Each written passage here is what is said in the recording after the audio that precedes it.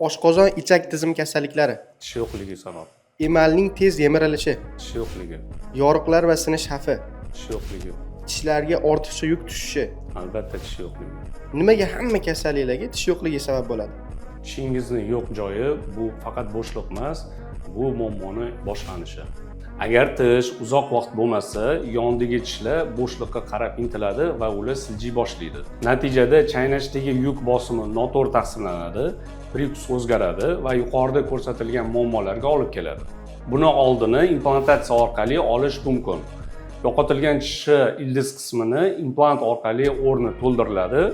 Jag' suyagiga tish ildizini o'rnini bosuvchi implant o'rnatiladi. Uni ustiga koronka qo'yiladi.